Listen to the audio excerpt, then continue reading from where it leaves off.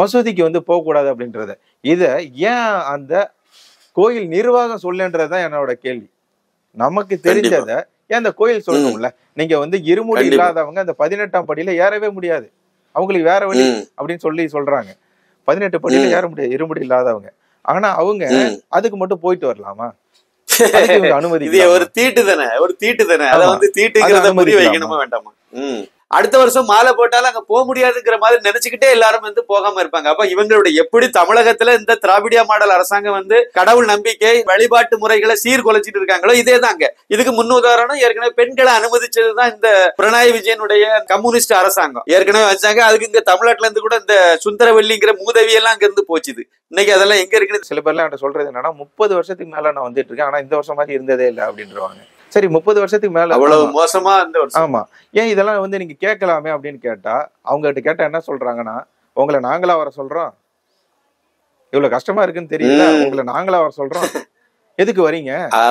இந்து விரோத அரசியல் தலைவர்கள் அது சீமானா இருந்தாலும் சரிதான், திருமாவளவன் எல்லாம் ஏற்கனவே இந்து விரோதி தான், அதுல மாற்றமே கிடையாது.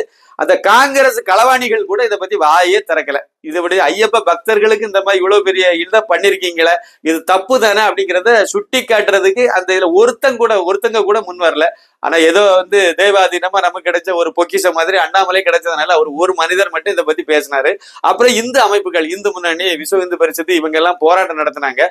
அதனாலதான் இப்ப வந்து அந்த 3 பேரை சஸ்பெண்டாவது பண்ணிருக்காங்க. நீங்க சோத்துக்கை சைடு பாத்துக்கிட்டே போகணும். இப்படி ஒரு செகண்ட் நீங்க கண்ணை மூடிட்டீங்கன்னா சாமி பார்க்க முடியாது. நீங்க கடந்து போயிடுவீங்க அந்த இடத்த. அவ்வளவுதான். ஆமா அந்த இடத்த கடந்து போயிடுவீங்க. நீங்க வந்து ஒரு மண்டலம் விரதம் இருந்து நீங்க வந்து அவ்வளவு கூட்ட நெரிச்சல்ல நீங்க போய் சாமியை பார்க்கலான்னு போனா ஒரு செகண்ட் நீங்க கண்ணை மூடிட்டீங்கன்னா சாமியை பார்க்க முடியாது. நீங்க சபரிமலைக்கு போகக்கூடியவங்க எல்லாருமே இந்துக்கள் தான் போறாங்க. வாவர் வந்து முஸ்லிம்களுடைய ஒரு அடையாளமா இல்லைன்னா அவர் வந்து ஐயப்பனுடைய நண்பரா தோழரா இருந்தாருங்கிறத இந்துக்களை மட்டும்தான் நம்ப வச்சிருக்காங்க. அப்படி முஸ்லிம்கள் நம்பி இருந்தா முஸ்லிம்கள் சபரிமலைக்கு போலாமே. அங்கங்க வந்து ஒரு சில மண்டபங்கள்லாம் வைக்கப்பட்டு அந்த மண்டபத்துல ஒரு 150 பேர் இருக்கலாம் அப்படின்னா அதுல ஒரு 400 பேர் பக்கமாக உள்ள வந்து அடைச்சி வைக்கப்பட்டு அங்க தண்ணி கூட பாத்தீங்கன்னா தண்ணி வசதி இல்ல. அந்த மண்டபத்துல குழந்தைங்க எல்லாம் இருப்பாங்க, ஒரு பால் கொடுக்க மாட்டாங்க, உணவு கிடையாது. உள்ள ஒருத்தர் வந்து 2 பாட்டில் சின்ன பாட்டில்ல தண்ணி கொண்டுட்டு வர்றாரு. அது வந்து மூலிகை தண்ணின்னு சொல்லி அந்த 2 பாட்டில் கொண்டுட்டு வர்றாரு. 400 பேர் இருக்கக்கூடிய இடத்துல அந்த 2 பாட்டில் எடுத்துட்டு வந்து தண்ணி கொடுக்குறாரு. நீங்க இப்ப வாங்கி குடிக்கும் போது 2 முடக்கு குடிக்கிறீங்க, 3வது முடக்கு குடிச்சீங்கன்னா உங்களை ஒரு மாதிரி பார்ப்பாரு. இந்த நிர்வாகம் வந்து என்ன கொடுக்குறாங்கன்னா உணவுன்ற பேர்ல 2 பார்லேஜி பிஸ்கட் இருக்கு இல்லைங்களா, 2 இந்த வளர்ச்சி 2 பிஸ்கட் தான். நீங்க 3வது பிஸ்கட் குழந்தை இருக்கேன்னு கேட்டீங்கன்னா கூட கொடுக்க மாட்டாங்க. அவங்க தண்ணி ஒரு பாக்கெட் கூட தரல. ஒரு பாக்கெட் இல்ல 2 பிஸ்கட் தான். நீங்க இன்னொரு பிஸ்கட் எக்ஸ்ட்ரா கேட்டீங்கன்னாவே கொடுக்க மாட்டாங்க. அவங்க அந்த நின்னுகிட்டு இருந்து காத்து இருக்கிறதும் பாத்தீங்கன்னா 1 மணி நேரத்துக்கு மேலாக காத்திருக்கும். மண்டபத்துல போய் ஒரு 3 மணி நேரத்துக்கு மேலாக காத்திருக்கும். இல்ல ஐயப்பன் கோயிலுக்கு போகக்கூடிய சமயத்திலும் சரி, அங்க உள்ள இது ஏற்பாடுகள் இல்லைன்னா அங்க உள்ள உண்டியல்கள் அவ்வளவுமே வந்து தேவஸ்தானம் அரசாங்கம் உண்டியல் வச்சு வசூல் பண்ணி எல்லாம் செய்யறாங்க. ஆனா இந்த வாவருன்னு வச்சிருக்கக்கூடிய இந்த மசூதியில மட்டும் அரசாங்கம் உள்ள வரவே இல்லை. அது ஏன்? இவர் எப்படி 5000 வருஷத்துக்கு முன்னாடி இருக்கக்கூடிய ஐயப்ப சுவாமிக்கு எப்படி தோழன் ஆனாருங்கிறது ஒரு பெரிய ஒரு காமெடியான ஒரு விஷயம். இதை நம்ப வச்சுட்டாங்க பாருங்க. யுனெஸ்கோ, அதாவது ஈவேராவுக்கு யுனெஸ்கோ விருது கிடைச்ச மாதிரி இந்த செக் போஸ்ட் மாதிரி சொன்னேன் இல்லைங்களா, அதுல வந்து என்ன முழுசா இப்படி திறக்க மாட்டாங்க, இப்படி பாதியில தான் இருக்கும். நீங்க அந்த இருமுடி எடுத்துட்டு போனீங்கன்னா மேல இடிச்சிருவீங்க.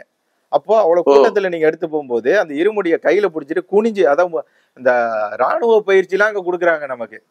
ஐயப்ப மேல பாரத்தை போட்டு இங்க இருந்து ஏற ஆரம்பிச்சீங்கன்னா ஐயப்ப மேல பாரத்தை போட்டே தான் இறங்கியும் வரணும் நீங்க. ஆனா என்ன, அங்க இருக்கிற பக்தர்கள் எல்லாம் அரசாங்கத்து மேல குறை சொல்றது இல்ல, எல்லாம் ஐயப்பனை நான் உன்னை பாக்கலனாலும் பரவாயில்ல கிளம்புறேன்னு சொல்லிலாம் சில பேர் கிளம்புறாங்க. ஐயப்ப மேல பாரத்தை போட்டுறாங்க. நாரதர் மீடியா உணர்வாளர்களுக்கு எனது பணிவான வணக்கம். இன்னைக்கு ஒரு சின்ன மாற்றம். எப்படின்னா, வழக்கமா வந்து நம்ம விஜய் சின்னசாமி அவர்கள் தான் நம்மகிட்ட கேள்வி கேட்பாரு, நாம வந்து பதில் சொல்லுவோம். இன்னைக்கு என்ன பண்ண போறோம் அப்படின்னா, அவர்கிட்ட கேள்வி கேட்கிறோம், அவர் பதில் சொல்ல போறாரு. நான் கேள்வி கேட்டு அவர்கிட்ட வந்து பதில் வாங்குறோம். இதுதான் விஷயம். வணக்கம் விஜய். வணக்கம். வணக்கம் ஜி. வணக்கம். எப்பவுமே நாம தான் கேள்வி கேட்போம், நீங்க பதில் சொல்லுவீங்க. ஆனா இன்னைக்கு வந்து நீங்க சொன்ன மாதிரி ஒரு மாறுதலா, ஏன் அப்படின்னா நான் சபரிமலைக்கு போயிட்டு வந்திருக்கிறதுனால அது சம்பந்தப்பட்ட நீங்க கேள்வி கேட்க போறதுனால நீங்க கேள்வி கேட்கிற இடத்துல இருக்கீங்க, நான் பதில் சொல்லக்கூடிய இடத்துல வந்திருக்கேன். நீங்க கேள்வியை ஆரம்பிக்கலாம் ஜி. நிச்சயமா நிச்சயமா நிச்சயமா. விஜய், நீங்க வந்து சபரிமலைக்கு மாலை போட்டு போயிட்டு வந்தீங்க. அங்க போகும்போது கீழே வந்து அதாவது பாபர் சுவாமி அப்படின்னு சொல்லிட்டு ரொம்ப வருஷமா நம்ம முன்னோர்களை நம்ப வச்சு கழுத்தறுத்து விட்டாங்க, அப்படிதான் அதை நம்ம சொல்லணும். அந்த மசூதிக்கு வந்து பக்தர்கள் நிறைய போறாங்க. நீங்க போகலன்னு சொல்லிட்டீங்க என்கிட்ட. முதலாவது இத பத்தி உங்க கருத்து என்ன? கண்டிப்பா ஜி, நான் அதை சொல்லணும்னு நான் நினைச்சதுதான், நீங்களும் அதை கேட்டிருக்கீங்க. என்ன அப்படின்னு பார்க்கும்போது, இங்க வந்து கன்னி சாமியா இருக்கக்கூடியவர்கள்லாம் மோஸ்ட்லி அங்க வந்து அந்த கோயிலுக்கு, அதாவது வந்து எரிமேலிக்கு சென்று தான் வந்து மலைக்கு போவாங்க, ஐயப்பனை பார்க்க போவாங்க. அதுக்கு முன்னாடி இந்த எரிமேலிக்கு போயிட்டு அங்க இருக்கக்கூடிய சாஸ்தாவை வணங்கும் போது, அங்க வந்து ஐயப்பன் வெற்றி பெற்றதை கொண்டாடும் விதமாக தான் அங்க போய் ஐயப்ப பக்தர்கள்லாம் அந்த வேடம் அணிந்து அந்த கலர்கள்லாம் உடம்புல பூசி ஆமா பேட்டை துள்ளி அங்க வந்து முடிச்சுட்டு அங்கேயே குளிச்சுட்டு சபரிமலைக்கு கிளம்பி அங்கிருந்து போவாங்க. அங்க வந்து என்ன நடக்குது அப்படின்னா, அந்த எரிமேலி அந்த சாஸ்தாவுக்கு முன்னாடியே பாத்தீங்கன்னா ஒரு மசூதி. அது வந்து இந்த சாஸ்தா அந்த கோயிலை விட அந்த மசூதியானது ரொம்ப பிரம்மாண்டமா பெருசா இருக்கு. நீங்க போன உடனே உங்க கண்ணுல மாற்றுறதே அந்த மசூதி தான் தெரியுமே.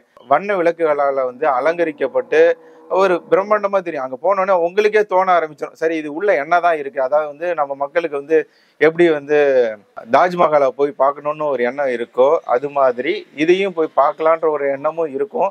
அதுவும் இல்லாம ஊர்களிலேயே அந்த பாட்டுல எல்லாம் கேட்கிறோம் இல்லைங்களா, ஐயப்பனோட நண்பர் வந்து வாபர், அவரை வந்து பார்த்துட்டு தான் போகணுன்ற மாதிரியான பாட்டுல எல்லாம் கேட்கறதுனால நம்ம பக்தர்களும் சரி குருக்களும் வந்து சொல்றது இல்ல. அது வந்து நம்மளோட ஐயப்பனை வந்து பார்க்க போகும்போது இது மாதிரியான ஊர்லயே பாத்தீங்கன்னா அந்த துக்க சம்பவத்துக்கெல்லாம் போயிட்டு போகக்கூடாது. அது மாதிரி ஊர்ல ஏதாவது ஒரு துக்க சம்பவம்லாம் நடந்திருக்குன்னா ஊரை விட்டு வெளியே இருக்கணும்னு சொல்லுவாங்க. ஆனா அங்க போகும்போது அதை மட்டும் பார்க்க கூடாதுன்னு யாருமே சொல்றது இல்ல குருக்களே. இப்ப எங்க ஊர்லயுமே நாங்கெல்லாம் போனோம். அதாவது ஆமா, எங்க ஊர்லயுமே அதாவது அது வந்து ஒரு மசூதி. ஆமா, அது ஒரு மசூதி, ஒரு சமாதி. ஆமா, ஒரு சமாதி. நம்ம ஆட்கள் எல்லாம் பாத்தீங்கன்னா அங்க போன உடனே ஃபர்ஸ்ட் அங்க என்ன நடக்குதுன்னா, அந்த ஒரு 3-4 கலர் கொடுப்பாங்க. ஒரு செடி, இவ்வளவு பெரிய செடி ஒண்ணு கொடுக்குறாங்க. தலையில வந்து ஒரு பேப்பர்ல ஆன ஒரு இது ஒண்ணு கொடுக்குறாங்க, ஒரு வேடம் அணிவதற்கான ஒரு இதெல்லாம் சேர்த்து ஒரு 100 ரூபாய். அது வந்து பாத்தீங்கன்னா ஒரு 10 ரூபாய் 20 ரூபாய்க்கு மதிப்புள்ள ஒரு பொருள் 100 ரூபாய்க்கு விற்கிறாங்க. அதை வாங்கி கட்டிக்கிட்டு போறாங்க. அங்க வந்து இஸ்லாமிய கடைகள் தான் பெரும்பாலும் இருக்கு. அந்த மசூதிக்குள்ள நம்ம ஆட்கள் போகும்போது அதுக்கு முன்னாடி என்ன பண்றாங்கன்னா, இந்த கோயிலுக்கு அங்க உள்ள எரிமேலியில் உள்ள சன்னிதானத்துக்கு போயிட்டு வந்துட்டு அதுக்கப்புறம் அதுக்கு நேர் எதிர இருக்கிறதா அந்த மசூதி, அதுக்குள்ள போயிட்டு அவர் கொடுக்கக்கூடிய விபூதியை வாங்குறாங்க. அங்க நுழைவாயிலேயே வந்து பெரிய பெரிய உண்டியல்கள்லாம் வைக்கப்பட்டு அதுல நம்ம போகக்கூடிய பக்தர்கள்லாம் காணிக்கை அளிச்சுட்டு அவங்க கொடுக்கக்கூடிய விபூதியை வாங்கிக்கிட்டு அப்படியே கொண்டாடிக்கிட்டு வராங்க. அந்த இதை வந்து நம்ம என் கூட வந்த பக்தர்கள்ட்டையும் நான் முடிஞ்ச அளவுக்கு வந்து சொல்லி பார்த்தேன், அங்கெல்லாம் போகக்கூடாது. ஏன் அப்படின்னா அது வந்து ஒரு இருந்த மசூதின்றது என்ன அப்படின்னா அது வந்து சமாதி. ஆமா, அது ஒரு சமாதி, அதுக்கு போகக்கூடாது அப்படின்னு சொல்லி.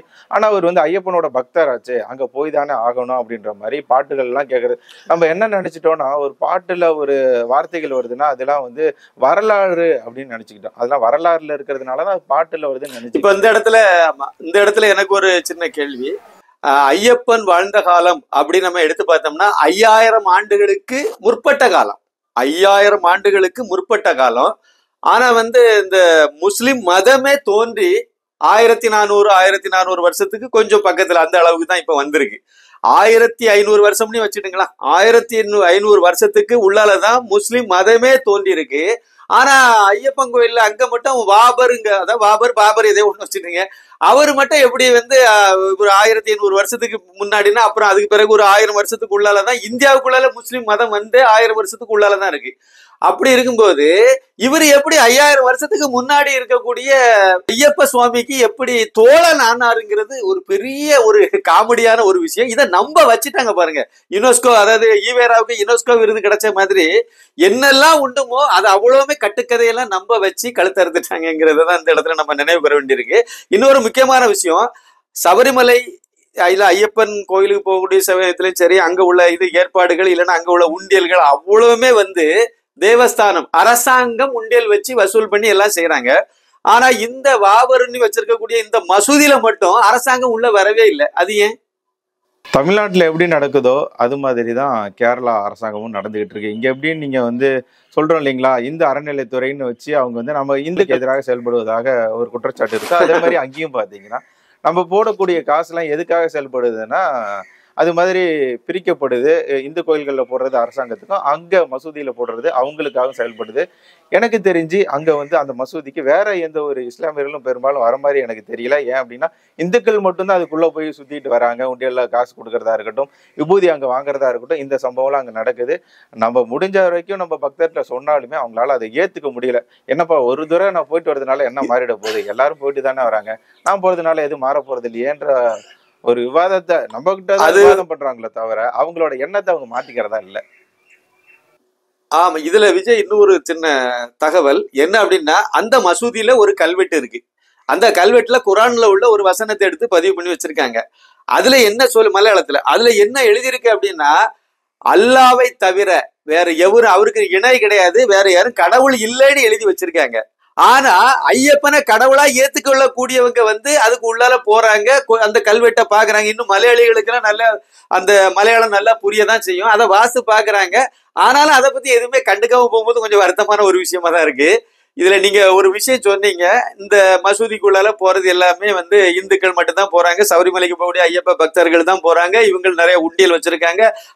மொத்தத்துல பார்த்தா இந்துக்களுடைய வரி பணத்தை கொள்ளையடிக்கிறதுக்கு கரெக்டா அங்க ஒரு டீம் உட்கார்ந்து அழகா ஒரு மசூதிக்குள்ளால உட்கார்ந்து அழகா வேலை செய்யறாங்கிறத நாம புரிஞ்சுக்கலாம். ஆனா அவங்க வந்து இந்த ஐயப்ப பக்தர்களுக்கு எந்த விதமான இதுவும் முன்னெடுத்து அது வசதிகளோ இல்லைன்னா வேற ஏற்பாடுகளோ பண்றது இல்லைங்கிறது ஒரு பக்கம்.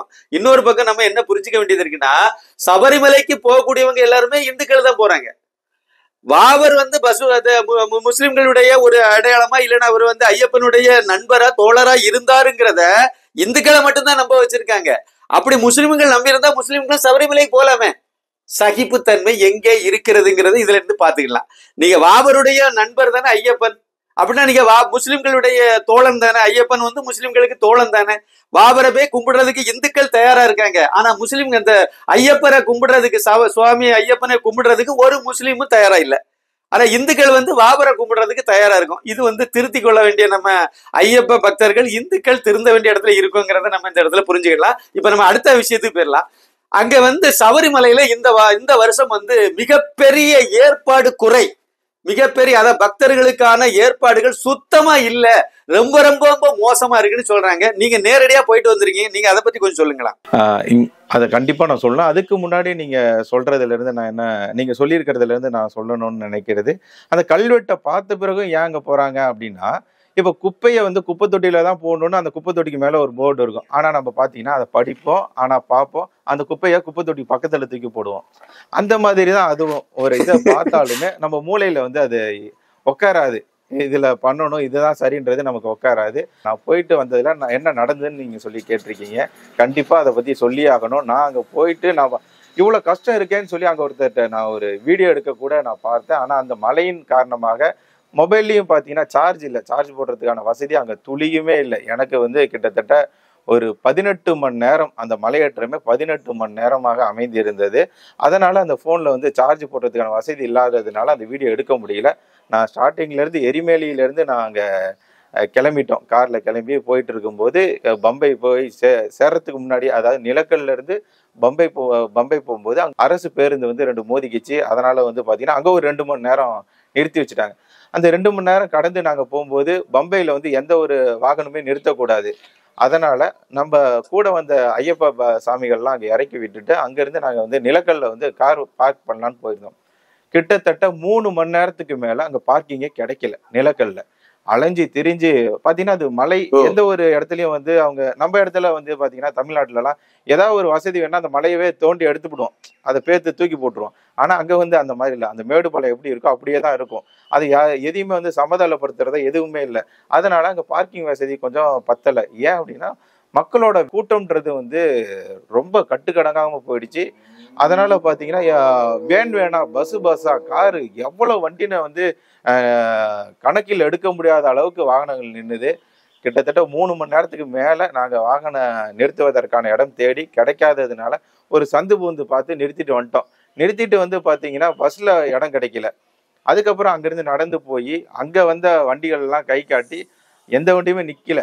அப்போ ஒரு வண்டி நிறுத்திச்சு, அதுல ஏறணும். அவர் யாருன்னு கேட்டா கோயம்புத்தூர்காரர் தான் ஒரு உதவி செஞ்சாரு. எப்ப தமிழ்நாட்டுக்காரர் வந்து ஐயப்பன் மாதிரி வந்து நம்மளுக்கு உதவி செஞ்சிருக்கான்னு சொல்லி, ஏன்னா அங்கிருந்து ஒரு 18 கிலோமீட்டர் போக வேண்டியது இருக்கு. பஸ்ல இடம் கிடைக்கல. எப்படி நடந்தா போக முடியும் 18 கிலோமீட்டர் அப்படின்றதுனால ஒரு வண்டி கிடைச்சது. அதுல இருந்து ஏறி போயிட்டோம். பம்பை போய் இறங்கும் போது எங்களுக்கு சரியா வந்து மணி 6 மணி. பம்பையில குளிக்கிறோம். குளிச்சுட்டு அப்படி தலையை தூக்கி பார்க்குறோம். பம்பையில இருந்தே வந்து லைன் நின்றுட்டு இருக்காங்க. அங்க இருந்து வரிசையில நின்றுட்டு இருக்காங்க. நாங்க பார்த்த உடனே என்னடா இவ்வளவு கூட்டம்? ஏன்னா எங்க கூட வந்தவங்க எல்லாருமே என்ன சொன்னாங்கன்னா, இந்த நீங்க போய் பார்க்கறதுக்கு ஒரு 5 மணி நேரம் மேக்சிமம் ஆகும். நாங்க பார்த்துட்டு வந்துட்டோம். அதுவே பெரிய கூட்டம்ன்ற மாதிரி சொன்னாங்க.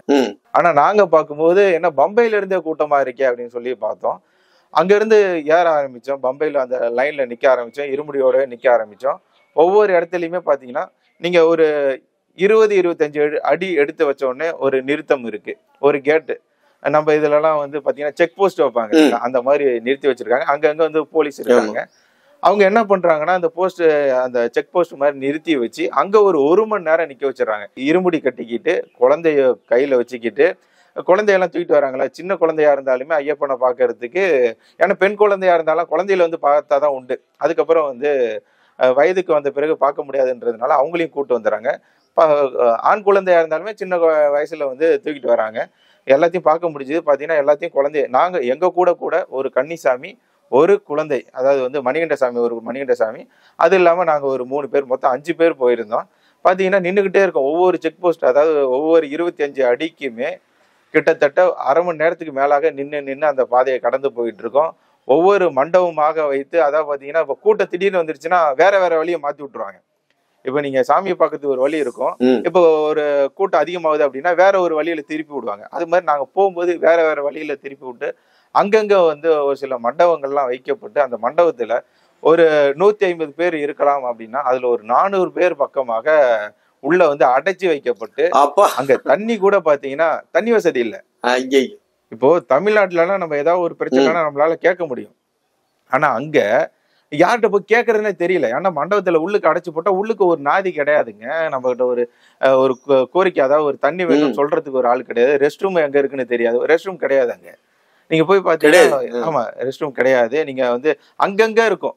ஒரு சில இடத்துல அங்கங்க இருக்கும். நீங்க இப்போ ஒரு இடத்துல உங்களுக்கு யூரின் வர ஆரம்பிச்சிச்சுன்னா அங்க இருந்து அந்த தடுப்புகள்லாம் தாண்டி போறதுக்குள்ள உங்களுக்கு வந்து வடிவேலுக்கு எப்படி வந்து டேங்க் வெடிச்சிருச்சுன்னு சொல்றாங்களோ அது மாதிரி எல்லாம் நடக்கும். ஏன்னா வந்து அங்க போற வழியில அப்படியே ஒரு சில பேர்லாம் வந்து கட்டுப்படுத்த முடியாது. சுகர் பேஷண்ட் எல்லாம் வருவாங்க. அவங்களாம் எப்படி வந்து அவங்க அதை நிறுத்தி வைக்க முடியும்? அப்படிங்கும் போது கட்டுப்படுத்த முடியாம அப்படியே ஓரத்துல அங்கங்க வந்து இது பண்ணிடுவாங்க. அதெல்லாம் ஆனா கண்டுக்க மாட்டாங்க. அங்க இருக்கிற போலீஸும் கண்டுக்க மாட்டாங்க. நீங்க விட்டீங்கன்னா அதெல்லாம் விட்டுக்கலாம். ஏன்னா அங்க வந்து சரியான ஒரு பாதுகாப்பும் கிடையாது. சரியான உங்களுக்கு முன்னேற்பாடும் கிடையாது. ஆமா, முன்னேற்பாடு கிடையாது. நீங்க உள்ளுக்கு அதுதான். ஆனா இவங்க என்ன மண்டபத்துல இதை நான் உங்கள்கிட்ட சொல்லிடுறேன். இந்த மண்டபத்துல பாத்தீங்கன்னா சின்ன குழந்தையில இருந்து பெரியவர்கள் முதல் கொண்டு எல்லாருமே அங்க இருக்கும். அங்க வந்து இப்போ நம்ம அவங்களோட முன்மாதிரியா எதை எடுத்துக்கிறாங்கன்னா, அவங்க திருப்பதி கோயில தான் எடுத்துக்கிறாங்க. அங்க எப்படி வந்து போய் பாக்குறதுக்கான ஒரு வழிமுறைகள் இருக்கோ அந்த மாதிரி இங்க கொண்டுட்டு வரணும் அப்படின்னு சொல்லி பண்ணிருக்காங்க. ஆனா அங்க வந்து திருப்பதி மாடல். ஆமா, திருப்பதி மாடல். அந்த திருப்பதி மாடல் என்ன ஆயிடுச்சுன்னா திராவிட மாடல் ஆயிடுச்சு இங்க. கண்டிப்பா என்னன்னு பார்க்கும்போது உள்ளுக்கு தண்ணீர் வசதி இல்ல. ஒருத்தர் வந்து 2 பாட்டில், சின்ன பாட்டில்ல தண்ணி கொண்டுட்டு வர்றாரு. அது வந்து மூலிகை தண்ணின்னு சொல்லி அந்த 2 பாட்டில் கொண்டுட்டு வர்றாரு. 400 பேர் இருக்கக்கூடிய இடத்துல அந்த 2 பாட்டில் எடுத்துட்டு வந்து தண்ணி கொடுக்குறாரு. நீங்க இப்ப வாங்கி குடிக்கும் போது 2 முடக்கு குடிக்கிறீங்க. 3வது முடக்கு குடிச்சீங்கன்னா உங்களை ஒரு மாதிரி பார்ப்பாரு. எடுத்துட்டு வந்த 2 பாட்டில் நீ குடிச்சுன்னா மத்தவங்களுக்கு எப்படி கொடுக்கறது அப்படின்ற மாதிரி பார்ப்பாரு. அதெல்லாம் கொடுத்துட்டு அப்படியே வருவார். அது முடிஞ்சிச்சுன்னா போய் புடிச்சிட்டு வருவாரு. அந்த 2 பாட்டில் மட்டுமே வைக்கிறது இல்ல, முடிஞ்சிச்சுன்னா புடிச்சிட்டு வந்து கொடுப்பாரு. ஆனா அந்த 2 பாட்டில் வச்சுதான் கொடுத்துக்கிட்டே இருப்பாரு. ஒரு சில பேர்லாம் சரி தண்ணி தாகம் வந்தாலுமே அடக்கிக்கிறாங்க. சரி வெளியே போய் முடிஞ்சா குடிச்சிக்கலாம் அப்படின்னு சொல்லிட்டு. மத்தவங்க எல்லாமே சாமி சரணம் உள்ளுக்குள்ள சொல்லிக்கிட்டு அப்படியே சாமியை, ஏன்னா வந்து நம்ம இங்கேயே நம்ம வந்து செருப்பு இல்லாம நடக்க பழகிக்கிறோம். சாப்பாடு இல்லாம வந்து அதாவது வந்து விரதம் இருக்க பழகிக்கிறோம். அதெல்லாம் வந்து அங்க வந்து நடைமுறையில இருக்கு. அங்க ஏன்னா சாப்பாடு கிடைக்காது, தண்ணி கிடைக்காது. நீங்க வந்து அந்த போகக்கூடிய பாதைகளும் வந்து செயற்கையா ஜல்லியினால போடப்பட்ட பாதைகளாக இருக்கு. நீங்க வந்து கல்லு முள்ளும் காலுக்கு மெத்தேன்னு சொல்றோம் இல்லைங்களா, அதுக்கு வந்து உணர்த்தும் விதமாக ஜல்லியெல்லாம் குத்தும். அதாவது கூழாங்கல்னா கூட பரவாயில்ல, இது வந்து ஜல்லி எல்லாம் ஷார்ப்பா நின்றுட்டு இருக்கும். அதுல வந்து நீங்க நடக்கணும். அந்த மண்டபத்துல குழந்தைங்க எல்லாம் இருப்பாங்க. ஒரு பால் கொடுக்க மாட்டாங்க, உணவு கிடையாது. உள்ள சுண்டல் இது மாதிரி விற்கிறாங்க இல்லைங்களா, அவங்க வந்து வித்துக்கலாம். உள்ளுக்கு வந்து வித்துட்டு இருக்காங்க. சுண்டல், கடலை, ஆமா அந்த மாதிரி வித்துக்கிட்டு இருக்காங்க. சாப்பாடு கிடையாது, தண்ணி அதுல தான் வாங்கணும். இந்த நிர்வாகம் வந்து என்ன கொடுக்குறாங்கன்னா, உணவுன்ற பேர்ல 2 பார்லேஜி பிஸ்கட் இருக்கு இல்லைங்களா, 2 இந்த இந்த வளர்ச்சி 2 பிஸ்கட் தான். நீங்க 3வது பிஸ்கட் குழந்தை இருக்கேன்னு கேட்டீங்கன்னா கூட கொடுக்க மாட்டாங்க அவங்க. தண்ணி ஒரு பாக்கெட் கூட தரல. ஒரு பாக்கெட் இல்ல, 2 பிஸ்கட் தான். நீங்க இன்னொரு பிஸ்கட் எக்ஸ்ட்ரா கேட்டீங்கன்னாவே கொடுக்க மாட்டாங்க அவங்க. இந்த அளவுக்கு தான் அங்க உள்ள இருக்கு. அதுக்குள்ள எவ்வளவு நேரம் இருக்கும் அப்படின்னா, அதுல ஒரு மானிட்டர் வச்சிருக்காங்க, டிவி வச்சிருக்காங்க. நீங்க இந்த டைம்ல வந்து திறந்து விடுவோம், அந்த கேட்டு திறந்து விட்டுருக்கோம், அடுத்த இந்த கேட் அப்படின்ற மாதிரி அவங்க வச்சிருக்காங்க, டிஸ்பிளே பண்ணிட்டு இருக்காங்க. ஆனா அதுல இப்ப 2 மணி நேரம் இருக்கும். 2 மணி நேரம் உட்காந்துருப்பாங்க. 2 மணி நேரம் முடிய போகும்போது டக்குன்னு டிஸ்பிளே மாறி திரும்ப 1 மணி நேரம் காட்டும். ஒவ்வொரு மண்டபத்திலயும் அது மாதிரி வந்து 3 மணி நேரம் அது மாதிரி காத்திருந்து, அந்த நின்னுகிட்டு இருந்து காத்து இருக்கிறதும் பாத்தீங்கன்னா 1 மணி நேரத்துக்கு மேல காத்திருக்கும். மண்டபத்துல போய் ஒரு 3 மணி நேரத்துக்கு மேலாக காத்திருக்கும். ஆனா எந்த ஒரு முன்னேற்பாடுகளும் இல்லாததுனால மக்கள் வந்து பெரும் அவதி. இப்ப மழை, நாங்கெல்லாம் போகும்போது பாத்தீங்கன்னா மழை ஆமா மழை பெஞ்சுக்கிட்டு இருக்கு, மழையில வந்து நின்றுகிட்டு இருக்கோம். மழை பெஞ்சிட்டு இருக்கு, அது வந்து நல்லா ஏத்தம், கீழே ஜல்லி, அதுல நின்றுகிட்டு இருக்கோம், மேல மழை பெஞ்சிட்டு இருக்கு, அந்த குளிர், குழந்தைங்களை வச்சு நின்றுட்டு இருக்கோம். யாருக்கிட்டையும் ஒரு கொடை கூட இல்ல, கொடையும் இல்ல, மேல தார்பாயோ ஏதோ ஒரு முன்னேற்பாடுகளும் இல்லாததுனால நீங்க இப்போ குழந்தைங்க அந்த லைன்ல நின்றுடுவோம், அவங்க எவ்வளவு நேரம் தாக்கு பிடிப்பாங்க பசிய, அந்த மலையில வேற. அதனால அதெல்லாம் சமாளிச்சு நாங்க போய் பார்க்கும்போது கீழே இறங்கி பாக்குறோம், அது இன்னும் கூட்டம் அதிகமா இருக்கு. போக போக பாத்தீங்கன்னா இன்னும் அந்த தடுப்பு அதிகரிச்சதுனால கூட்டம் அதிகமா இருக்கிறதுனால எங்களால வந்து கிட்டத்தட்ட ஒரு 18 மணி நேரத்துக்கு மேலாக இருந்து காத்திருந்து போய் பார்க்கக்கூடிய ஒரு சூழ்நிலை இருந்தது. அதனால நான் என்ன சொல்லிக்கிறேன்னா, இதை பார்க்கக்கூடிய நேயர்களுக்கு குழந்தைகளை அழைச்சிட்டு போகும்போது உணவுகள்லாம் நீங்க உங்க ஷோல்டர் பேக்ல போட்டு எடுத்துட்டு போறது ரொம்ப நல்லதுன்னு நான் சொல்லிக்கிறேன். அதாவது அவங்கள நம்பி பிரோஜனம் இல்லை, நம்மளை நாமே வந்து தற்காத்துக்கிட்டதான் உண்டு. எப்படி தமிழ்நாட்டுல இந்த திராவிடியா மாடல் ஆட்சியில நடக்குதோ இதுதான் கேரளா. ஏன்னா இவங்க கூட்டாளி தானே, அவங்களும் அப்படிதான் இருக்கு. இப்போ இன்னொரு கேள்வி எனக்கு என்ன அப்படின்னா, இப்ப எல்லாம் முன்பதிவு பண்ணி தானே அனுப்புறாங்க. இப்போ வந்து 75,000 பக்தர்களுக்கு ஒரு நாள் சாமி தரிசனம் பண்றதுக்கு வாய்ப்பு இருக்குன்னு சொல்றாங்க. இப்ப அதை கூட்டி 50,000 பக்தர்கள் அதிகமா இப்போ விட்டு இருக்காங்கன்னு எல்லாம் செய்தியில படிக்கிறோம். அப்போ 1,25,000 பக்தர்களுக்கு தினசரி ஐயப்பனை தரிசிக்கக்கூடிய அளவுக்கு தான் வாய்ப்பு இருக்கு. அப்படின்னா இவங்க வந்து ஆன்லைன்ல பதிவு பண்ணும் போதே அதை முறைப்படுத்தலாமே. அதே மாதிரி ஆன்லைன்ல, இதுக்கு முன்னாடி ஆன்லைன்ல பதிவு இல்லாம இருக்கும் போதெல்லாம் எல்லாரும் முறையாவதான் போயிட்டு வந்தாங்க, எந்த பிரச்சனையும் இல்லை, அவங்கவங்க இதுக்கு போயிட்டு வந்தாங்க. இன்னொன்னு, ஆன்லைன்ல இன்னைக்கு பதிவு பண்ணா இன்னைக்கு கரெக்டா இந்த எந்த டேட்டுக்கு அவங்க பதிவு பண்ணிருக்காங்களோ அந்த தேதியில கரெக்டா அவங்க அங்க தரிசனம் பண்றதுக்கு விடல, அது அடுத்த நாள் 3வது நாள் இப்படி எல்லாம் தள்ளி போகுதுங்கிற மாதிரி சொல்றாங்களா? உங்களுக்கு அந்த மாதிரி ஏதாவது அனுபவம் உண்டுமா? கண்டிப்பா ஜி. அங்க என்ன நடக்குது அப்படின்னா, உங்களுக்கு டேட்டுன்ற, அதாவது வந்து அந்த டிக்கெட்ன்றது சும்மா அது ஒரு நுழைவு சீட்டு மட்டும்தான். அதுல இருக்கிற டேட் அவங்களுக்கு தேவையில்லை. இப்போ வந்து நீங்க இன்னைக்கு நீங்க போய் பாக்குறீங்க அப்படின்னா, நாளை மறுநாள் டேட் போட்டிருக்கு அப்படின்னாலுமே அவங்களுக்கு பிரச்சனை இல்லை, அவங்க உள்ள விட்டுருவாங்க. அந்த டிக்கெட் இல்லாதவங்களும் உள்ள வந்துகிட்டு தான் இருக்காங்க. அதுல அந்த டேட்டே முக்கியம் இல்லைங்கும் போது அந்த டைமும் முக்கியமே இல்லை. ஏன் அப்படின்னா அங்க இருக்கக்கூடிய கூட்டம்ன்றது, இப்போ ஒரு நாளைக்கு இவங்க டிக்கெட் வந்து 1 லட்சம் சேல்ஸ் ஆயிருக்கு, அதாவது வந்து முன்பதிவு பண்ணியிருக்காங்க அப்படின்னா அங்க 1.5 லட்சம் பேர் கூட உள்ள போயிருந்திருப்பாங்க. இவங்களுக்கு என்னன்னா அதெல்லாம் முக்கியம் இல்ல, உண்டியல் நிரம்புதான்றதுதான் முக்கியமான்ற மாதிரியான ஒரு கேள்விதான் முன்வைக்க தோணுது. ஏன் அப்படின்னா, நீங்க அந்த டேட் பாக்குறது இல்ல, டிக்கெட் வாங்கி பார்ப்பாங்க, அது சும்மா ஸ்கேன் பண்ணுவாங்க, எத்தனை பேர் வராங்கன்றதுக்கான ஒரு இது மட்டும் தானே தவிர, மற்றபடி நீங்க டேட்லாம் மாறி கூட போயிடலாம். உள்ள நீங்க போயிட்டீங்கன்னா சாமியை எப்ப பார்க்க முடியுதுன்னா அந்த டேட் அதெல்லாம் கிடையாது. நீங்களா பார்த்து முந்தி அடிச்சு இந்த குறுக்காலெல்லாம் பூந்தெல்லாம் போவாங்க. நாங்க போகும்போது 3500 பேர் குறுக்கால பூந்து வந்தவங்க. அது மட்டும் இல்லாம இந்த அங்கங்க ஒரு சில கடைகள் எல்லாம் உண்டு. அந்த கடையில நீங்க ஒரு 500 ரூபாய் கொடுத்துருக்கீங்க, ஒரு ஆளுக்கு ஒரு 500 ரூபாய் கொடுக்குறீங்கன்னா அந்த கடையில இருந்து ஒரு சந்து போய் நீங்க வந்து இப்ப இறங்கி வர பாதை இருக்கு இல்லைங்களா, அதுல ஏறி போய்க்கலாம் நீங்க. ஆமா ஆமா, அந்த மாதிரியான ஒரு சில குளறுபடுகள்லாம் நடக்கிறதுனால நீங்க நேர் வழியில போகும்போது என்ன ஆயிடுதுன்னா, நீங்க வெயிட் பண்ணிக்கிட்டே இருக்க வேண்டியதான். நான் வந்து ஐயப்பனுக்கு மாலை போட்டதுனால நான் நேர் வழியில தான் போவேன்னு சொல்லி இருக்கக்கூடிய பக்தர்கள் அதிலே தான் இருக்காங்க. சரி, இன்னொன்னு, சாமி தரிசனம் பண்ண முடியாம சில பக்தர்கள் வந்து வேதனையோட திரும்பி வரதெல்லாம் செய்தியில பார்த்தோம். அதை பத்தி உங்க கருத்து? கண்டிப்பா, அங்க வந்து பாத்தீங்கன்னா இவ்வளவு பேர் கூட்ட நெரிச்சல்ல மூச்சு திணறல்ல, நம்ம சில தினங்களுக்கு முன்பு பார்க்கும்போது ஒரு பெண் மாளிகைபுரம் ஒருத்தங்க வந்து இறந்து இருந்திருக்கிறாங்க.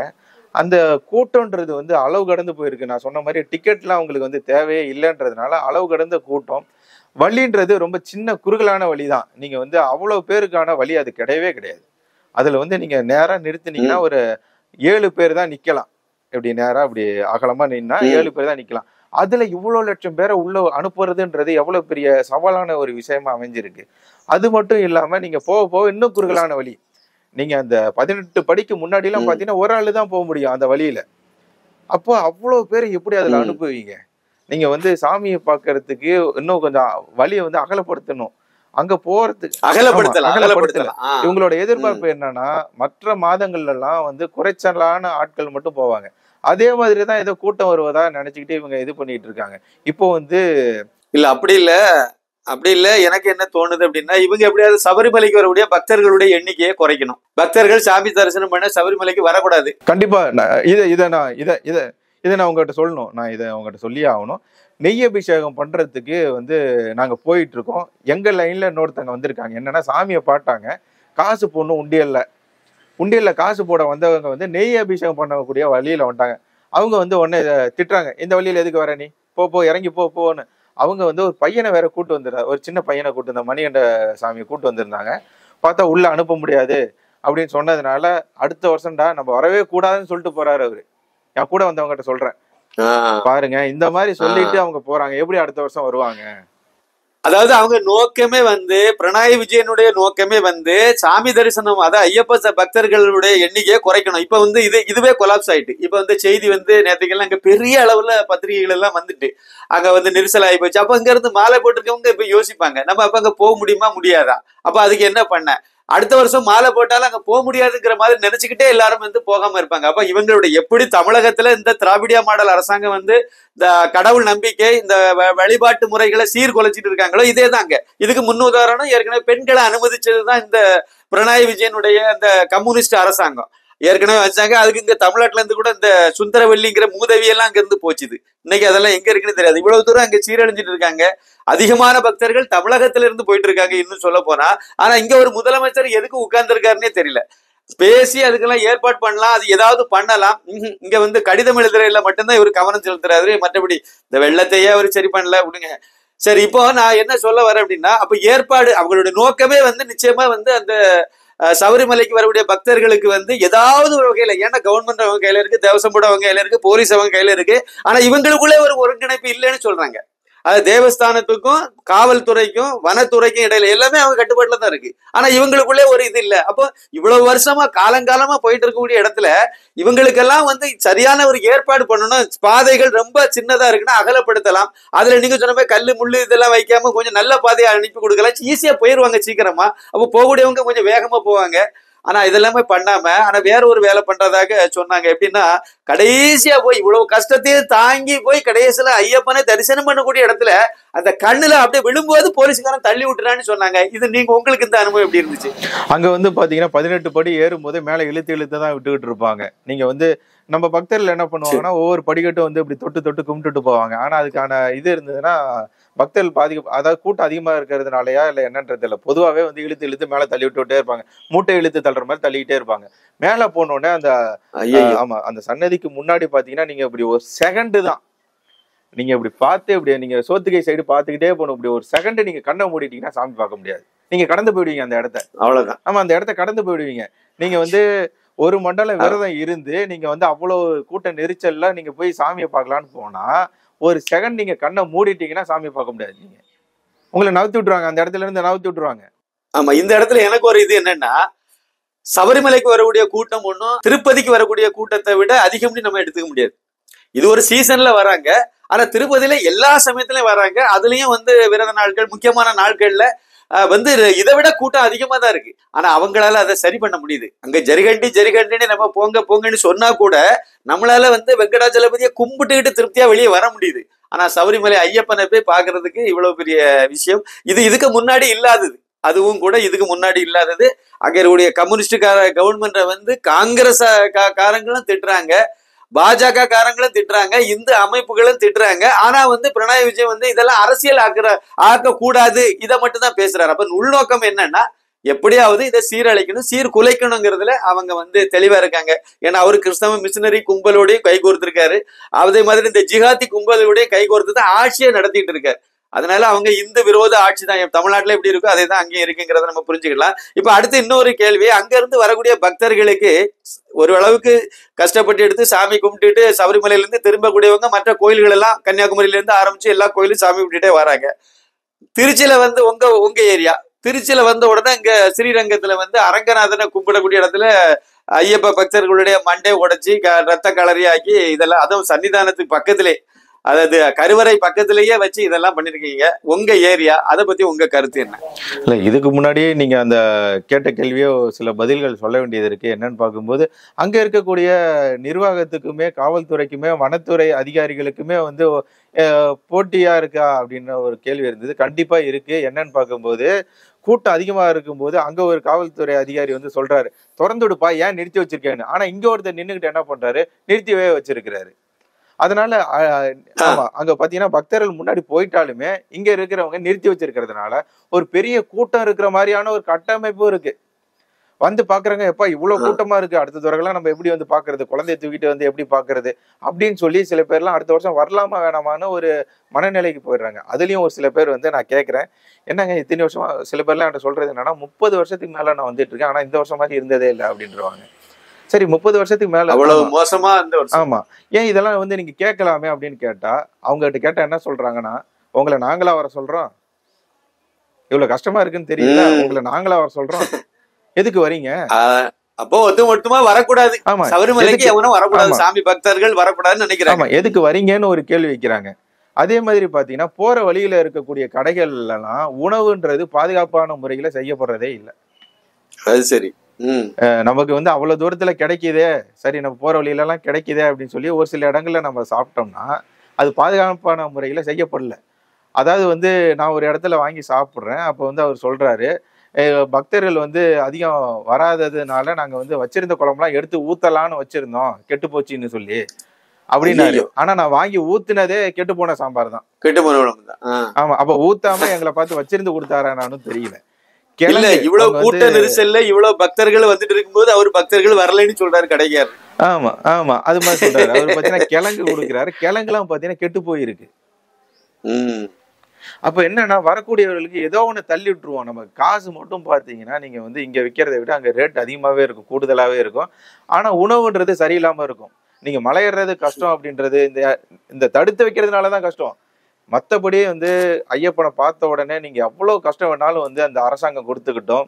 ஆனா பக்தர்கள் அதை துளியும் கஷ்டம் நம்ம நினைக்கிறதே இல்லை. வெளியே வந்த உடனே அடுத்த தடவை வந்து பார்க்கணும்னு தான் நினைக்கிறாங்க. இப்போ இவ்வளவு பக்தர்கள் வந்து சொல்லலாம், இவ்வளவு கூட்டம், இவ்வளவு பாதிக்கப்பட்டோம்னு சொல்லலாம். ஆனா அடுத்த வருஷம் பாருங்க, இதனால 100 பேர் கூட குறைய மாட்டாங்க, 1000 பேர் வேணா அதிகமாவாங்க. அது உண்மை, அது உண்மை. ஆமா ஆமா, அதனாலதான் இந்த அரசாங்கம் என்ன பண்ணுது, நம்ம முடிஞ்ச அளவுக்கு வந்து எதுவுமே செய்யறது இல்லைங்க.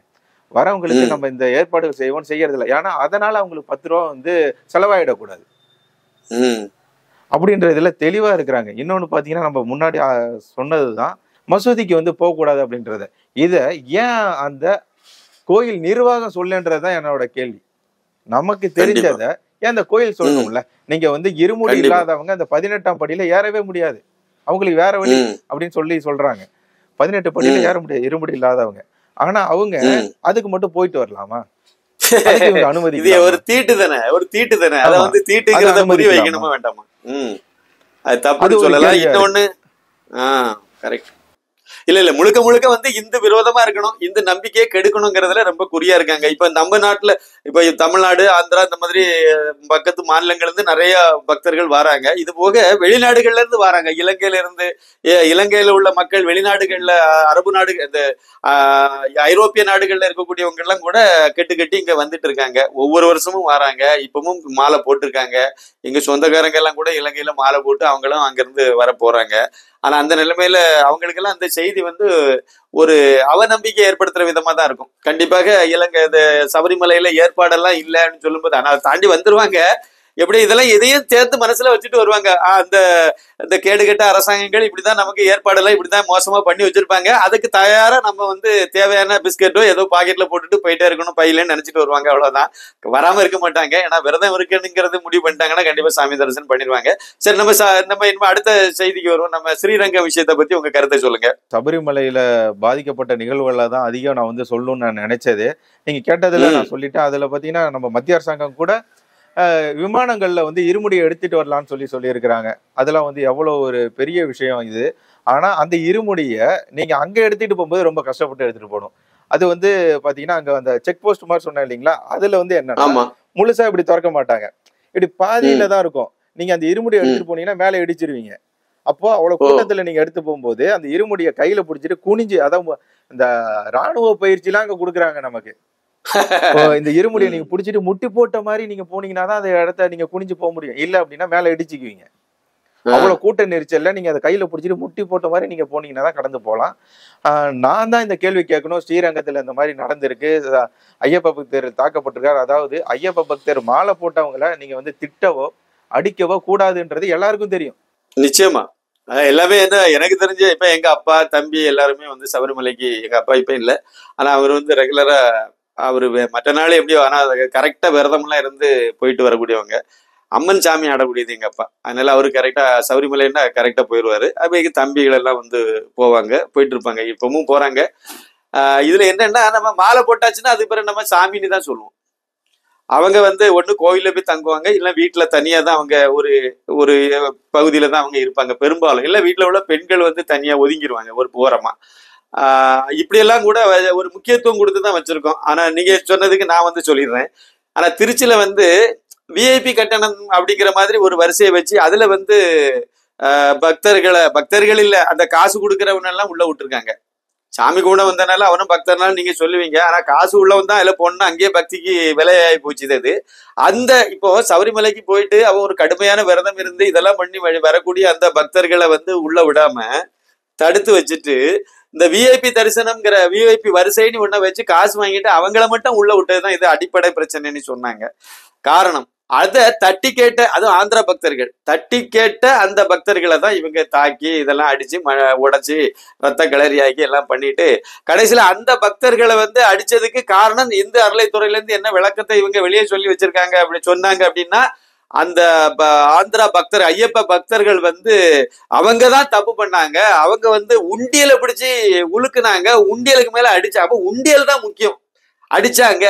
அதனாலதான் வந்து அவங்க மேல இது இவங்க தடுத்தா, இந்த காவலர்கள் அத தற்காலிக பணியாளர்கள் அவங்கள தடுத்தாங்க. அதுல கைகலப்பு வந்து அந்த ஐயப்ப பக்தர்கள் தான் இவங்களை அடிச்சாங்க, ஐயப்ப பக்தர்கள் இவங்களை அடிச்சாங்க. ஆனா ரத்தம் ஐயப்ப பக்தர்கள்கிட்ட இருந்து வந்திருக்கு, அது எப்படின்னு தெரியல. அப்புறம் வந்து அதுல ஒரு வழக்கு பதிவு எல்லாம் பண்ணிருக்காங்க. வழக்கு பதிவு பண்ணது, வழக்கு குற்றச்சாட்டு யாருக்கு மேல, ஐயப்ப பக்தர்கள் மேல வழக்கு பதிவு அப்படிதான் பதிவு பண்ணதா எல்லாம் செய்தி எல்லாம் வந்துச்சு. ஆனா கடைசியில வந்து அந்த தற்காலிக ஊழியரை தற்காலிகமா வேலையை விட்டு தூக்கி இருக்காங்க.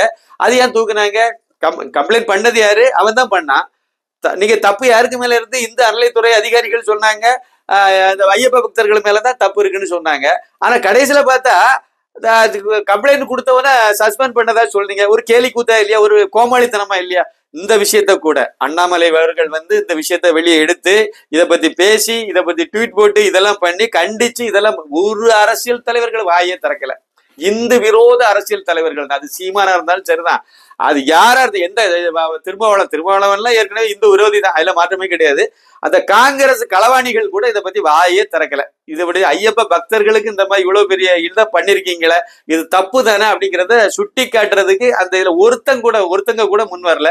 ஆனா ஏதோ வந்து தேவாதீனமா நமக்கு கிடைச்ச ஒரு பொக்கிஷம் மாதிரி அண்ணாமலை கிடைச்சதுனால அவர் ஒரு மனிதர் மட்டும் இதை பத்தி பேசினாரு. அப்புறம் இந்து அமைப்புகள், இந்து முன்னணி, விஸ்வ இந்து பரிஷத்து, இவங்க எல்லாம் போராட்டம் நடத்தினாங்க. அதனாலதான் இப்ப வந்து அந்த 3 பேரை சஸ்பெண்டாவது பண்ணிருக்காங்க. ஆனா இது ரொம்ப ரொம்ப மோசமான ஒரு இது. அதுவும் வந்து ஸ்ரீரங்கத்துல. ஆனா இவங்க கிட்ட நம்ம எதிர்பார்க்க முடியாது, கரெக்டா சொல்றதா இருந்தா அதான், இவங்க கிட்ட வந்து பெருசா நம்ம எதிர்பார்க்க முடியாது. இந்த திராவிடியா மாடல் அரசாங்கத்திட்ட நம்ம எதிர்பார்க்க முடியாது, இந்த முதலமைச்சர்கிட்ட எதிர்பார்க்க முடியாது. ஏன்னா அதே இடத்துலதான் அந்த கோவிலை பத்தி தான் இவங்க தந்தையார் பேசியிருக்காரு. தில்லை நடராஜரையும் ஸ்ரீரங்கம் அரங்கநாதனையும் பீரங்கி வாய் வைத்து பிளக்கின்ற நாள் என்னாலோ அந்நாளே நன்னாள் பொன்னாள்னு சொல்லியிருக்காரு. அவர்கிட்ட வேற என்ன எதிர்பார்க்க முடியும்? அதே நபர் தான் அந்த கோவிலுக்கு முன்னாடி, கோபுரத்துக்கு முன்னாடி கடவுளை நம்புவோன் காட்டுமுராண்டி பரப்புவோன் அயோக்கியன் இப்படியெல்லாம் சொன்ன ஈவே ராமசாமிக்கு சிலையை வச்சு அது இதே மாதிரி ஒரு இந்த டைலாக்கே எழுதி வச்சு பண்ணியிருக்காரு கருணாநிதி. இன்னைக்கு வரைக்கும் அது சிலை இருக்கு. இதுதான் இவங்களுடைய நோக்கமே. இந்து மத வழிபாட்டு முறை அது இதெல்லாம் உடைக்கணும் கெடுக்கணுங்கிறதுனா. இல்லைன்னா சேகர் பாபுன்னு ஒரு ஆளை இந்து அறளைத்துறைக்கு அமைச்சரா வச்சாங்க. அவர் பதவியேற்ற உடனே போன இடமே வந்து ஈவேரா திடல் தானே, அங்க இவருக்கு என்ன அலுவல்? கடவுள் இல்லைன்னு சொல்லக்கூடிய இடத்துல என்ன அலுவல்? அதே மாதிரி இந்து சனாதன தர்மத்தை ஒழிப்போம்னு ஒரு மாநாடு, அந்த இடத்துல இவருக்கு என்ன வேலை? காவி வேட்டி வேலை கட்டிட்டு அலையிறாரு. இதெல்லாம் ரொம்ப நாள் நீடிக்காது. மேல இருந்து ஒருத்த பாத்துக்கிட்டு இருக்காங்கிறதா என்னுடைய கருத்து. சரி, இது இவங்களுடைய நிலவரம் இதுதான். கண்டிப்பாக இதுக்கு ஒரு மாற்றம் வரும்னு நம்ம நம்புவோம். சரி, கூடுதலாக ஒரு சின்ன கேள்வி சபரிமலை தொடர்பாக. சரி, அங்க போகக்கூடிய பக்தர்களுக்கு வழக்கமா இப்ப 18 மணி நேரம் 20 மணி நேரம் இதுக்கு மேல இப்ப 28 மணி நேரம் சொல்லிட்டு இருக்காங்க இன்னைக்கு காலையில பேசும்போது. இப்படி எல்லாம் போகும்போது அந்த இடங்கள்ல ஏதாவது அசதியில படுக்கிறதுக்கோ இல்ல கொஞ்சம் ஓய்வு எடுக்கிறதுக்கோ ஏதாவது வசதிகள் ஏதாவது செய்யப்பட்டிருக்கா? அங்க செல்லக்கூடிய பக்தர்களுக்கு கஷ்டத்தை கொடுக்கறது ஐயப்பனே இல்லை, அரசும் அந்த நிர்வாகமும் தான். அதை நான் உண்மையை சொல்லி ஆகணும். ஏன் அப்படின்னா, அந்த மலையில நீங்க இவ்வளவு கஷ்டப்பட்டு ஏறிடுறீங்க, ஆனா இரவு நேரத்துல அங்க இறங்க முடியாது. குழந்தைய வச்சிருக்கிறவங்க இல்ல தனியா இருக்கிறவங்க கூட யாராலையும் அங்க இறங்குவது என்பது கொஞ்சம் கடினமாக இருக்கும். அதனால என்னன்னா, நைட்டு சமயத்துல அங்க தங்கிட்டு தான் நீங்க வரணும். இரவு நேரங்கள்ல அங்க தங்கிட்டு தான் நீங்க கீழே இறங்க முடியும். அங்க தங்கறதுக்கான ஏற்பாடுகள் என்ன இருக்கு அப்படின்னா, ஒரு மண்டபம் அந்த கோயில் நிர்வாகம் சார்பாக ஒரு சில இடங்கள் இருக்கு. ஆனா அங்கெல்லாம் நீங்க தங்க முடியாது. ஒரு பாய் ஒன்று கொடுப்பாங்க. அந்த பாயை வாங்கி நீங்க படுத்துக்கலாம். அந்த பாய்க்கு பாத்தீங்கன்னா ஒரு பாய்க்கு 50 ரூபா. நீங்க எக்ஸ்ட்ரா ஒரு 50 ரூபா அந்த பாய் கொடுக்குறவர்கிட்ட கொடுக்குறீங்க அப்படின்னா உங்களுக்கு முன்னுரிமை. இடமே இல்லைனாலும் பாய் கொடுத்துருவா, நீங்க எங்கேயோ போட்டு படுத்துக்கலாம். நீங்க பாத்தீங்கன்னா இந்த வெளிநாட்டுல போய் நம்ம கஷ்டப்படுறதா சொல்றாங்க இல்லைங்களா, அந்த மாதிரி இங்க நடக்கும். நீங்க ஒரு பாய் ஒட்டி இருக்கும், நீங்க 2 பேர் படுத்திருப்பீங்க. காலையில எழுந்திரிச்சு பார்த்தா உங்க 2 பேருக்கு நடுவுல ஒருத்தர் படுத்திருப்பாரு. அந்த மாதிரி அங்க படுக்கிறதுக்கு இடம் இல்லை. எல்லாம் ரோட்ல படுத்திருப்பாங்க. மழை பெஞ்சிட்டு இருக்கும், தூரல் போட்டுட்டு இருக்கும், ஆனா ரோட்ல படுத்திருப்பாங்க. ஏன்னா படுக்கிறதுக்கு இடம் இல்லை அங்க. நீங்க அன்னதானம் அங்க கொடுப்பாங்க. அதுக்கும் பாத்தீங்கன்னா ஒரு பெரிய லைன் நின்றுட்டு இருக்கும். நீங்க எல்லாமே அங்க உணவும் சரியா கிடைக்காது, தண்ணீர் வசதியும் கிடையாது, தங்கறதுக்கான இடம் வசதியும் அங்க கிடையாது. நீங்க சென்று வருவதற்கான ஏற்பாடுகளும் சரியா இருக்குமானா கிடையாது. அங்க உங்களுக்கு முதலுதவி சரியா கிடைக்குமானா அதுவும் கிடைக்காது. நீங்க முழுக்க முழுக்க ஐயப்பன் மேல பாரத்தை போட்டு இங்க இருந்து ஏற ஆரம்பிச்சீங்கன்னா, ஐயப்பன் மேல பாரத்தை போட்டே தான் இறங்கியும் வரணும் நீங்க. ஆனா என்ன, அங்க இருக்கிற பக்தர்கள்லாம் அரசாங்கத்து மேல குறை சொல்றது இல்ல. எல்லாம் ஐயப்பனை நான் உன்னை பாக்கலனாலும் பரவாயில்ல கிளம்புறேன்னு சொல்லிலாம் சில பேர் கிளம்பிடுறாங்க. ஐயப்பன் மேல பாரத்தை போட்டுறாங்க. அது ஒரு சின்ன வருத்தமா இருக்கு. நிச்சயமா அரசாங்கம் திருந்தணும். அங்க இருக்கிற அரசாங்கமும் திருந்தணும், இங்க இருக்கிற அரசாங்கமும் திருந்தணும். ஐயப்ப பக்தர்களும் அங்க செல்லக்கூடிய ஐயப்ப பக்தர்களும் தனக்கு என்ன கிடைக்கணுமோ அதை கேட்கணும். முதல்ல நான்லாம் ஒருத்தர்கிட்ட கேட்கும்போது அவர் சொல்றாரு, ஒரு கேரளா நபர் தமிழ் பேசக்கூடியவர், தமிழ் அவருக்கு லாங்குவேஜ் தெரியுது, அதனால அவர்கிட்ட நான் வீடியோ கேட்கறது அவர்கிட்ட தான் கேட்டேன். அவர் என்ன சொல்றாருன்னா, இத்தனை வருஷத்துக்கு முன்னாடி இருந்ததை இப்ப பரவாயில்லன்றாரு. ஆமா, அவர் எரிமேலியில இருந்து முன்னாடி நாங்க நடந்து வருவோம், இப்ப ஆனா பஸ் வசதி இருக்குன்றாரு. அந்த ஆளு கம்யூனிஸ்ட்காரனா இருப்பாரு, வேற என்ன. சரி, இதுல நீங்க ரொம்ப நிறைய கருத்துக்கள் எல்லாம் நீங்க பதிவு பண்ணீங்க. ரொம்ப நன்றி, வணக்கம். சாமி சரணம். நன்றி ஜி.